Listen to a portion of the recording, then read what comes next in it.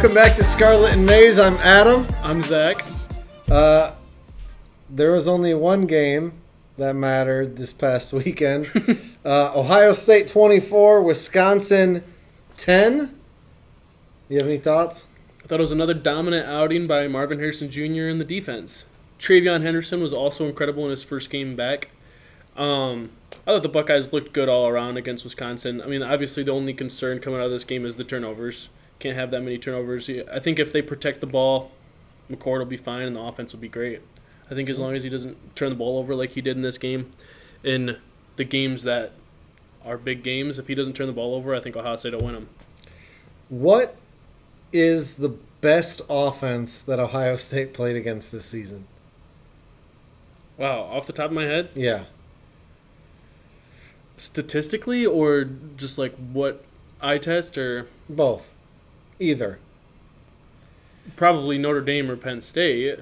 I mean, Michigan hasn't played anybody either. Yeah, I mean, I'm just kind of like... Michigan's best win is UNLV. Yeah.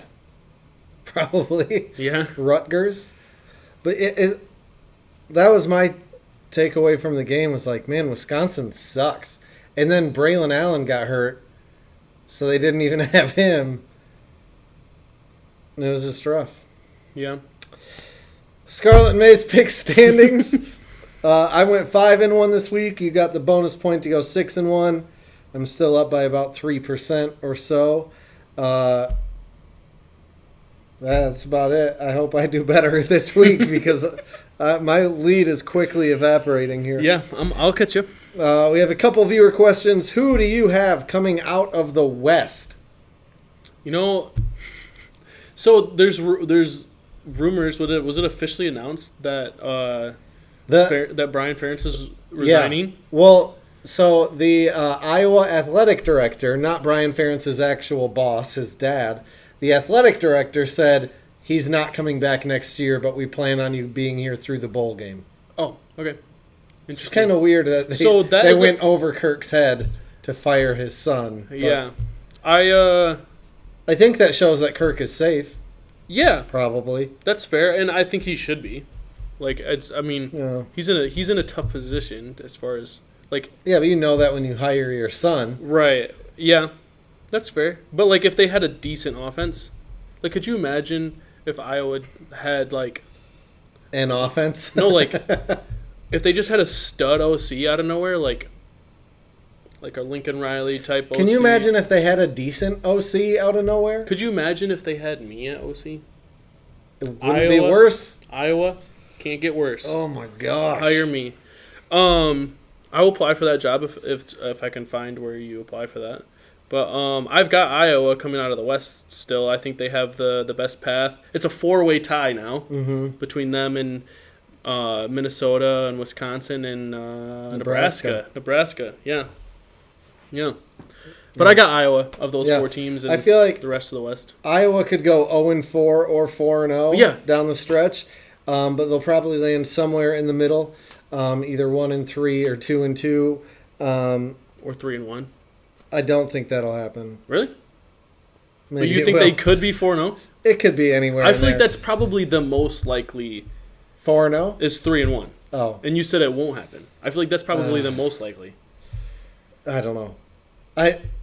They're just so bad on offense. Each time I watch them play. But then who? They play Rutgers. They could lose to Rutgers. It's not even. It doesn't matter. Minnesota. It doesn't matter who they're playing. Or no? Did they already play Minnesota? It doesn't matter who they're playing. Who in the West has a decent offense? Yeah. Okay, so I think they'll go 1-3, 2-2, or 3-1. I don't think they'll go 0-4 or 4-0. Yeah. But I think they're going to lose at least one more. Is my point. Minnesota still plays Ohio State. That's probably a loss, and Wisconsin probably a loss. Nebraska still has to go to Madison, and they have Maryland, which who knows, and Iowa. But I think they'll lose 1 or 2 of those 3 probably, just because it's Nebraska. We're not talking about a good team. Mm-hmm. So I got Wisconsin. Oh, yeah, Wisconsin pulling it off? Almost by default, but I don't know. It's just you think they'll win out is the thing? Like, what if Iowa goes 3-1 and Wisconsin goes 3-1? Then Iowa would make it. Well, I know that's why I said it. Yeah, I know. Yeah. But like, no, I don't know. I got Wisconsin. It's not like Iowa's going to rally around Brian Ferentz. What would rallying around Brian Ferentz look like at this point? Like they put up 15? Like they're what if, because he's not fighting for his job anymore, they just go nuts and they put up like 40 points a game. He's like, oh, balls to the wall, and they just start chucking it deep. That would be fun. Yeah. Yeah, I got Wisconsin. Of all the potential playoff teams, we'll say Washington, Florida State, Georgia, just because we're still all undefeated at this point. And then this assumes Michigan or Ohio State lose because they have to. Yeah. Which would you prefer your team to play So in the first round? I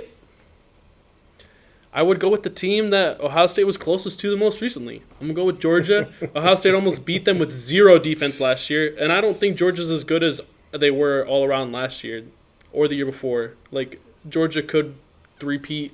Really doubt they will. That's fair, but like Ohio State's offense isn't what it was last year either. But the defense is nasty. That- I'm a I mean, believer. I'm a believer in The that defense is a lot better than it was last year. I'm just saying, like, how much did they score against Georgia? 41. That's what I thought too. I mean, I don't think they need to score 41 against Georgia if they play them again. that's fair. Yeah, I got Florida State. They have the worst resume. They have the least impressive quarterback. I don't know Least if that's proven. true. I was shocked when I looked up his numbers. His numbers are worse than Beck's. Like, Beck's is kind of mid to me. I don't know. They're probably about the same, to be Yeah. honest. But Florida State's probably worse than Georgia. Yeah, all Would around. be That's my fair. guess. Yeah. Big Ten takeaways. Nebraska is on a 3-game win streak and is tied for first in the West. Like, if they win out, they're most likely I assume they would take the West unless somebody else wins out that Way to has the go, Matt Rule. tiebreaker. But wow, he's got them stepping in the right direction. Yeah. I got two. Penn State is Penn State is only the third best team in the East because outside of Michigan and Ohio State, the entire conference completely sucks. Yeah, I East agree. and West. Well, okay. Yeah, sorry. Go ahead. No, it's all right. Ohio State is just Penn State if Penn State had Marvin Harrison Jr. Yikes. What's Michigan? Oh, the best team in the conference. What Probably makes the Michigan country. so good? Everything. Yeah. My second one is Michigan State fans are going to be so disappointed when they end up hiring Pat Narduzzi. But it is crazy. It does seem like the rumors have ramped up a little bit this week in particular about Urban Meyer. Yeah. Coming from one delusional group. Yeah. There's just no way. Going back to my Yeah. my Big Ten takeaways, I just wanted to say that I didn't take this full circle. I think Nebraska will be a team with Matt Rule in the Big Ten that'll fight for Big Ten championships eventually, and I think that he has them in the right direction. Is what my point was. I with think my if Big Ten the takeaway. divisions were staying, if they weren't expanding, that would be more likely. I don't think he's going to compete for anything. We'll see. They'll be better. I'm just saying it's going to be harder to win the Big Ten starting next year. Well, yeah, I think he'll compete for it at times, like in a similar way that Iowa. yeah, exactly. So Or Northwestern has been to the Big Ten championship multiple times. So if they have a good draw yeah, with their schedule, they might get destroyed in the conference title. yeah, maybe they could win it all. Maybe. I think Matt Rule's legit. Is my point. I mean, this is super impressive. Yeah, One step further, take. What do you got? I think Ohio State has the best defense in the country. Ohio State has given up the least yards per play in the country, and they have an actual strength of schedule. Like it registers on the top 100 Right. strength of schedule. I feel like this is a down year overall. Yeah, it kind of is. It's not just the Big Ten. No, I was thinking that earlier, and I was like, so why not Ohio State win it all? Their offense hasn't been this year what it has been in the past, but I still am a believer that Ryan Day is one of the best offensive minds in the country, and I think that the offensive line has improved a lot. Like we saw the run game against Wisconsin, a team that has a solid defense, and TreVeyon Henderson went for over 160 yards, and Chip was getting a decent amount of carries too. And but yeah, I think it's wide open this year. Okay. Hold on. I want you to see these stats quick as I read them. So quarterback one is throwing for 64.2%, 2,576 yards, 15 touchdowns, 6 interceptions. Quarterback 2 is 64.1%, barely worse. 2,163 yards, a little bit worse. 14 touchdowns, 3 interceptions. So one fewer touchdown, but fewer interceptions. Which quarterback would you take? The one with fewer interceptions. I'm all for taking care of the ball, and I also know that is Kyle McCord. That is Kyle McCord, and that's also Cade McNamara. Oh, wow. So my one step up. No way! Yes. That was his stats on the year? For Michigan when he started. Oh, okay. That makes more sense. not this I was year. like, what? So my one step further take is Kyle that McCord makes is sense. Cade McNamara if Cade McNamara had Marvin Harrison Jr. Wow. That is a one step further take. I mean, it is crazy how similar these numbers are. They're not that similar. I mean, 64% within 0.1%, 2,100 to 2,500 yards, 15 touchdowns to 4 touchdowns, 6 interceptions to 3 interceptions. You also have to be considering that this year is different than past years because of the new clock rule. And there's no, I'm so serious though. Like we've talked about it a lot. Like I think that Kyle McCord's stats would be a lot different if it was a different year. I'm being honest. Like he would look like a Ohio State quarterback instead of Cade McNamara. Sure. Okay. Rapid fire turd pile picks. I had the thought Kyle McCord is Cade McNamara if Cade had Marv. And then I looked up the stats and I was like, no way. These are way too similar. Yeah. Anyways. And that was Kyle McCord does have So that 4 was- more games to play at least. Oh wait, that was Cade's stats on the year? Yeah. Oh. But he didn't have Marvin Harrison Jr. Yeah. Okay, sure. Wait, so his stats through 7 games. 8 games? 8 games. Who? 8-0 or Kyle 7-0? McCord? Kyle McCord. Yes. Are as good as Cade McNamara's through 15 games. Yeah. 14? So 15. I think they were 15 for sure. You Okay. played Yeah. You played 12 regular season, conference championship. and then Okay. only one game. Yeah, okay, 14. Yeah. You're right. Yeah, 15 if you play in the Natty. Michigan hasn't done that. But yeah, so barely double the games, and the stat lines are almost the same. That was Cade not clear at all. McNamara- I thought this was Cade through 8 games. Cade That McNamara is- did not have Marvin Harrison Jr. I get that. He also Kyle McCord still has at least 4 more games to. And 4 more 5-star receivers. You know what I mean? They like, don't, I but- loved Ronnie Bell. He was like a no-star recruit who was going to go play basketball until Jim Harbaugh offered him a football scholarship. Rapid fire. So who is Ohio State's like? I'm assuming he's at least top 4 in receiving yards. Was walk-on Xavier Johnson. So I don't know like what. Why does it matter the receiver stars or whatever? Because you do not have to throw it accurately to Marv for him to catch it. Marv wasn't even the highest rated receiver in his class to go to Ohio State. Well, that's silly. How? Okay. He's by far the best receiver in the country. But is that the way he developed at Ohio State?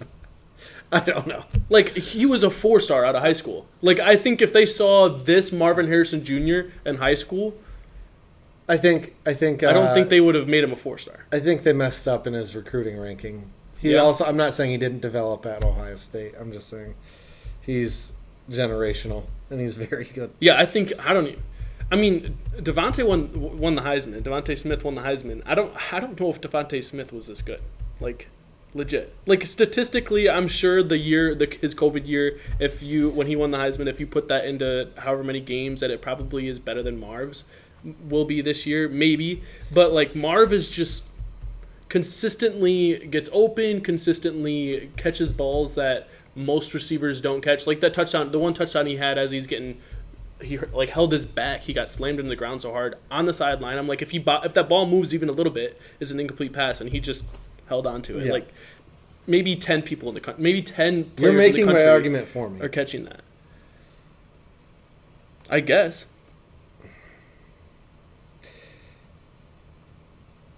Rapid fire turd pile picks. Wisconsin is favored by 9.5 at Indiana. Wisconsin. Nebraska favored by 3.5 at Michigan State. That is, in my opinion, a generous spread in favor of Michigan State. I got Nebraska. Yeah, I got Nebraska think they'll win too. by a lot more than a field goal. No offense, Spartan fans. Penn State is favored by 10.5 at Maryland. It's interesting that the road team is favored in the first three.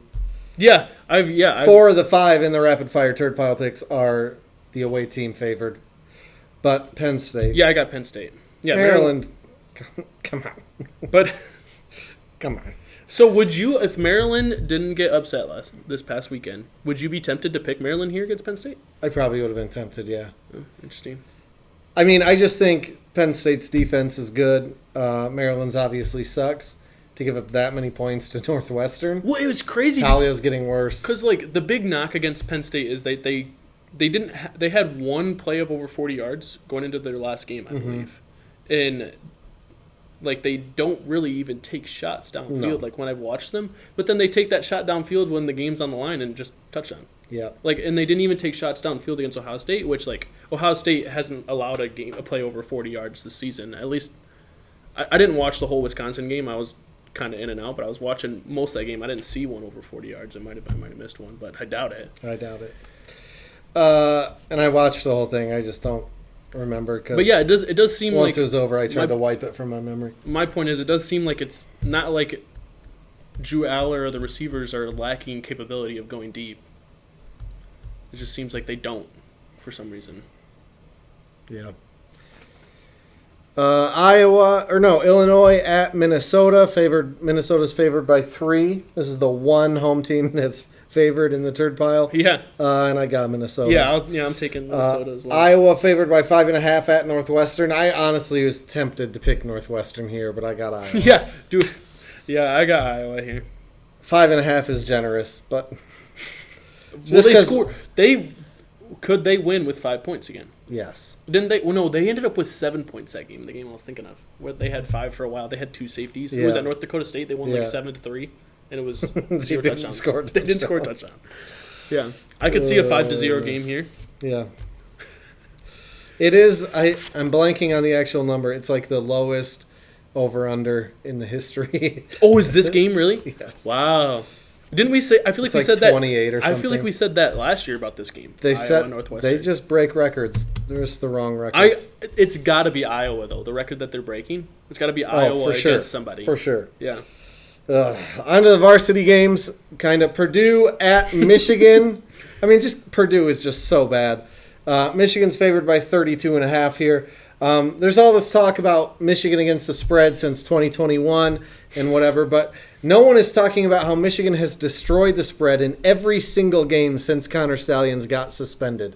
So, yeah, it's been one game, and they took their starters out just over halfway through the third quarter and still beat the spread by 17 points. Yeah, I was pissed. So I got Michigan in this game by 42. Purdue sucks. yeah, I got Probably 42-0. I got Michigan in this game. I think they might hit a last-second field goal to win it, but they'll win it. Yeah.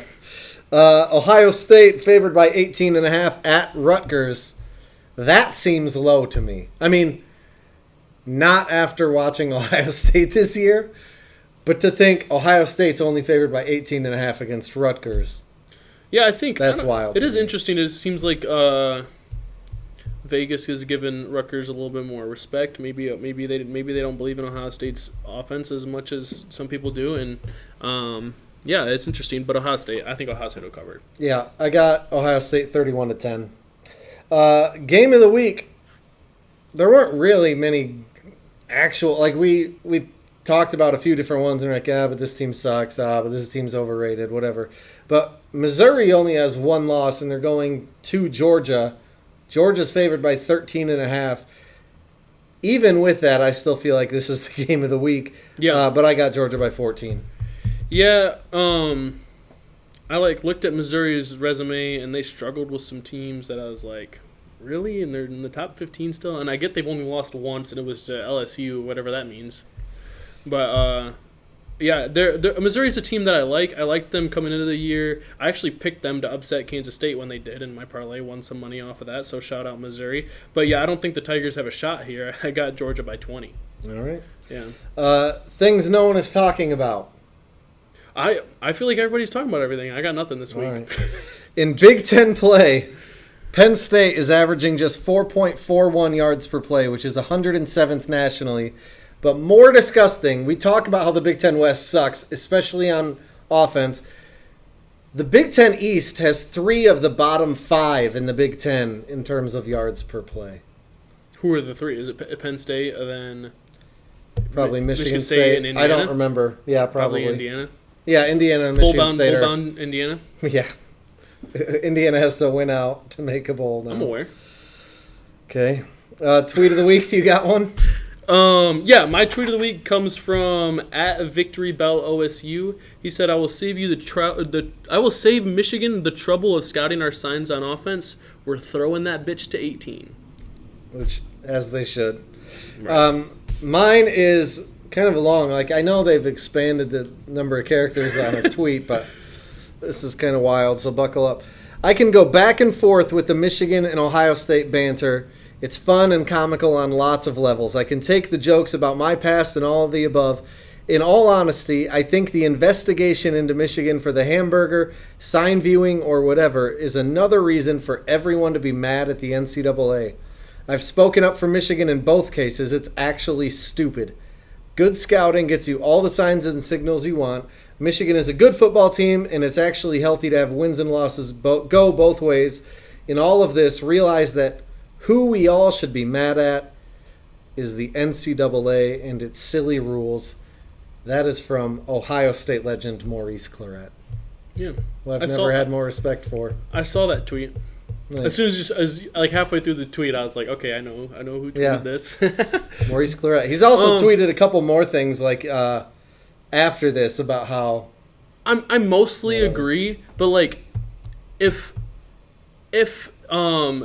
like good scouting gets you all the signs and everything you need, then why is Michigan going above and beyond doing stuff that you're whether it's really an advantage because of what the letter of the rule, the point of the rule was, like why did Michigan do it if scouting gets you everything you need? So here's my break the rules.